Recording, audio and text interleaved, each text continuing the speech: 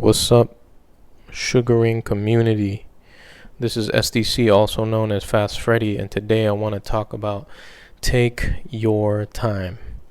I've talked about this on other videos. A lot of the time, especially if we us sugar daddies are betas, recovering betas, transitioning betas, or whatever. You'll get on the you'll get a sugar baby, and she'll be one of the most beautiful women you've ever been with, maybe one of the most charismatic women you've ever been with, and it's really easy for betas to fall in love. You see her, you hang out with her, all of a sudden you just start dreaming about your fantasies and future with this girl. Especially if you guys hook up, then it's like you're fucking done for, and you're just stuck because she has you whooped and you caught feelings. And I'm here to tell you, you need to take your time. And this just goes the same, with any dating coach you'll talk to or listen to. They'll say the same thing. As men, we just fall too fast, and we're very visual, and it's just the same thing like any other date, any other dating advice, and even more so here because there's finances involved. So the person that's with you, the girl that's with you, may not be necessarily genuine. I'm not saying that that's always the case. It's not, especially if you take your time. But acting needy and all that shit is going to fuck you up. So what my suggestion is, number one, in the beginning, and this is pre or post COVID. Right now we're in COVID, so probably we all should be minimizing this. But in the beginning, you do want to have a lot of options. Again, we're just kind of following the normal dating pattern here, normal dating advice, except there's finances involved here. So if you date, you should be dating multiple sugar babies. You should have a roster and should be qualifying them before you get into any long-term arrangement with anybody. Even when you get into a long-term arrangement with someone, you should be seeing them probably once a week, and probably for at least 2 to 3 months before you really make a commitment and be like, okay, there's a person that I want to have an exclusive arrangement with. And again, this sounds very much like dating. And the reason is, number one, if you're seeing them multiple times per week, aside from them just siphoning money out of you, they might get sick of you. They might get annoyed of you. That could push them away, or that could force them to find, other alternatives, like other guys or other daddies. This may be already happening, but you'll accelerate the process. If you do it once a week, that's a nice pace. Every dating coach will tell you once a week. It'll give them time to even maybe develop feelings for you if you do your shit right. So if you're a nice guy, you have your shit together, good looking, you can put it down in the bedroom. After a couple weeks, they're women too. Just like any other dating coach will tell you, once a week, they may end up having legitimate, genuine feelings for you. And after a couple months, you'll see, okay, this now, 2 to 3 months, you'll now see, okay, this person, actually, we get along, we like each other. Let me see where this can go. Even then, they may pull back.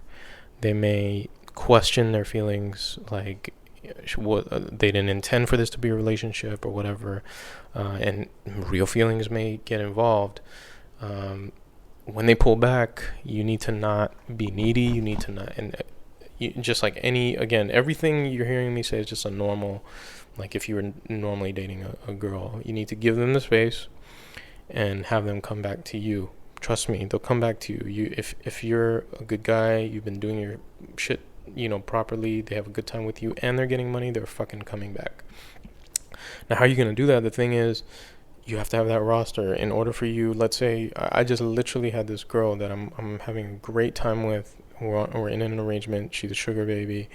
But it's sort of, when we're together, it's going beyond that. She's, she normally expects a lot. Now she doesn't even expect it because she has a great time with me, spending way more time, like sleeping over when she never intended to. And she texts me. We have a relationship that's sort of developing, but then she pulled back for a week. And again, it may be because a number of reasons. It could be she told me her phone broke. That could be true. She could be just scared that she's developing real feelings. She could be seeing another guy. She could be trying to figure out what's going on with her ex-boyfriend or whatever. At this point, and I've made this mistake a bunch of times, you cannot expect any more from her. You need to let her kind of come to you.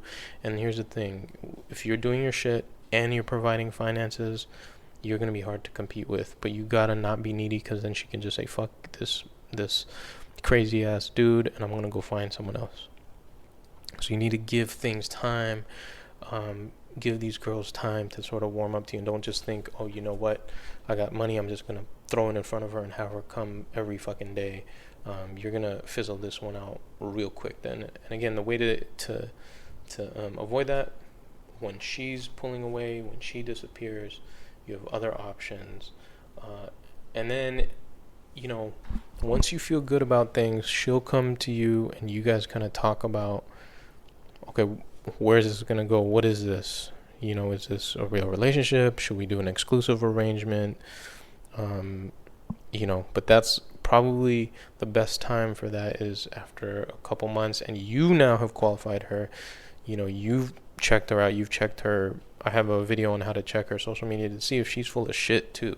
A lot of these girls, no offense to them, they're desperate, and so they're pulling a lot of crazy shit. And so after a couple months, you can see, was she just faking it? And again, also, anyone will tell you Cloud9 after 3 months just disappears. The real girl will come out. Is she a real bitch?